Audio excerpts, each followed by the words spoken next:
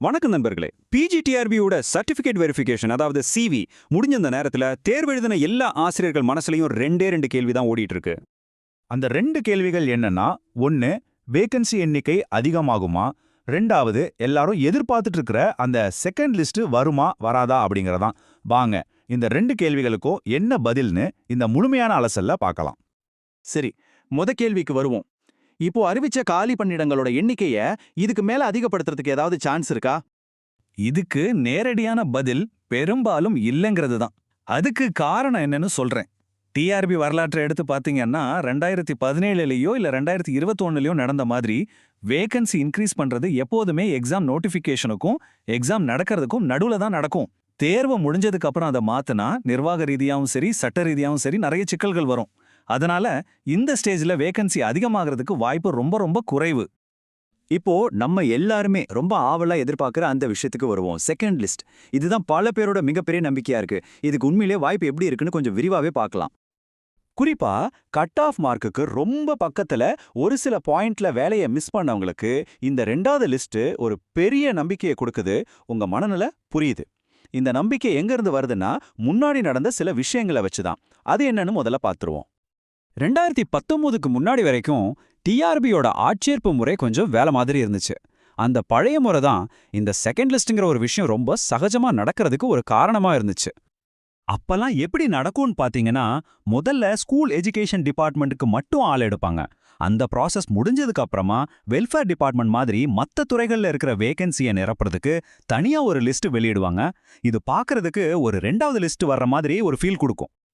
ஆனா இப்போ சிச்சுவேஷனே டோட்டலா மாறிடுச்சு.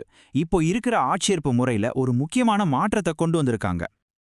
இப்போ இந்த ஸ்லைட பாருங்க, உங்களுக்கே அந்த வித்தியாசம் நல்லா புரியும். பழைய முறையில தனித்தனி டிபார்ட்மெண்ட்டுக்கு தனித்தனியா ஆள் எடுத்ததால நிறைய லிஸ்ட் வந்துச்சு. ஆனா இப்ப இருக்கிற புதிய முறையில ஸ்கூல் எஜுகேஷன், வெல்ஃபேர்னு எல்லா டிபார்ட்மெண்ட் வேகன்சியும் ஒன்னா சேர்த்து ஒரே நோட்டிஃபிகேஷனா வெளியிடுறாங்க. இதுல நாம நோட் பண்ண வேண்டிய முக்கியமான பாயிண்ட் என்னன்னா, இந்த மாதிரி எல்லாத்தையும் ஒன்னா சேர்த்ததால 2வது லிஸ்ட் வர்றதுக்கான அந்த மெயின் காரணமே இப்ப இல்லாம போயிடுச்சு. அப்போ என்ன, செகண்ட் லிஸ்ட்டுக்கு வேற வழியே இல்லையா அப்படின்னு கேட்டிங்கன்னா, ஒரு சின்ன சான்ஸ் இருக்கு. ஆனா அது ரொம்ப சில விதிவிலக்கான சூழ்நிலையில மட்டும்தான் நடக்கும். அது என்னன்னா, சர்டிஃபிகேட் வெரிஃபிகேஷனுக்கு கூப்பிட்ட கேண்டிடேட்ஸ்ல யாராவது சில காரணங்களால தகுதி நீக்கம் செய்யப்பட்டா அந்த இடம் காலியாகும் இல்லையா? அந்த இடங்களுக்கு ரேங்க் லிஸ்ட்ல அடுத்ததா இருக்கிறவங்கள கூப்பிடுவாங்க. இதை வேணும்னா நாம ஒரு வகையான செகண்ட் லிஸ்ட்னு சொல்லிக்கலாம். ஓகே, ஒரு கேண்டிடேட்டை எதுக்கெல்லாம் டிஸ்குவாலிஃபை பண்ணுவாங்க? அதுக்கு சில முக்கியமான காரணங்கள் இருக்கு. பிஎஸ்டிஎம், அதாவது தமிழ் மீடியம்ல தப்பா கிளைம் பண்றது, நோட்டிஃபிகேஷன் வந்த தேதிக்கு அப்புறமா டிகிரி முடிச்சிருக்கிறது, 10+2+3ங்கிற முறையான கல்வி தகுதியில படிக்காம இருக்கிறது, ஒரே நேரத்துல 2 டிகிரி, உதாரணத்துக்கு எம்ஏவும் பிஎட்டும் ஒரே வருஷத்துல படிச்சிருக்கிறது, இல்லனா செகண்ட் கிரேட் டீச்சருக்கான ரிசர்வேஷனை தகுதியே இல்லாம கிளைம் பண்றது, இந்த மாதிரி விஷயங்கள். இங்க சொன்ன காரணங்கள்லாம் சும்மா ஏதோ சொல்றதில்ல. உண்மையிலே சிவி வரைக்கும் போய் நல்ல மார்க் எடுத்தவங்க கூட இந்த மாதிரி சின்ன சின்ன தப்பால ரிஜெக்ட் ஆயிருக்காங்க. இதுல இருந்து நம்ம கத்துக்க வேண்டிய பாடம் என்னன்னா, அப்ளை பண்ணும்போதே ஒவ்வொரு டீட்டெயிலும் ரொம்ப கவனமா செக் பண்ணணும். சோ இந்த மாதிரி யாராவது டிஸ்குவாலிஃபை ஆனா அந்த வேகன்சி வேஸ்ட் ஆகாது. அந்த இடத்துக்கு ரேங்க் லிஸ்ட்ல அடுத்ததா இருக்கிற தகுதியான நபருக்கு வாய்ப்பு கிடைக்கும். சரி, இவ்ளோ நேரம் நாம இத பத்தி எல்லாம் பார்த்துட்டோம். அப்போ ஃபைனலா என்னதான் முடிவு? நம்மளோட எதிர்பார்ப்பு எப்படி இருக்கலாம்? இந்த டேபிள்ல பாத்தீங்கன்னா நம்ம பேசின எல்லாத்தோட சுருக்கமும் இருக்கு. வேகன்சி இன்க்ரீஸ் ஆகிறதுக்கான சான்ஸ் ரொம்ப ரொம்ப கம்மி. அதே மாதிரி ஒரு பெரிய செகண்ட் லிஸ்ட் வரக்கான வாய்ப்பும் ரொம்ப ரொம்ப குறைவு.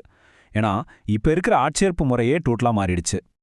சிம்பிளா சொல்லணும்னா இது கேட்க கொஞ்சம் கஷ்டமா தான் இருக்கும். ஆனா உண்மை என்னன்னா, புது அறிவிப்புகளுக்கான வாய்ப்புகள் இப்போதைக்கு குறைவா தான் இருக்கு. இந்த மாதிரி டிஸ்குவாலிஃபிகேஷனால ஒரு சில பேருக்கு சான்ஸ் கிடைக்கலாம். ஆனா எத்தனை இடம் காலியாகும், அது நமக்கு கிடைக்குமாங்கிறது யாராலையும் கணிக்க முடியாத ஒரு விஷயம்.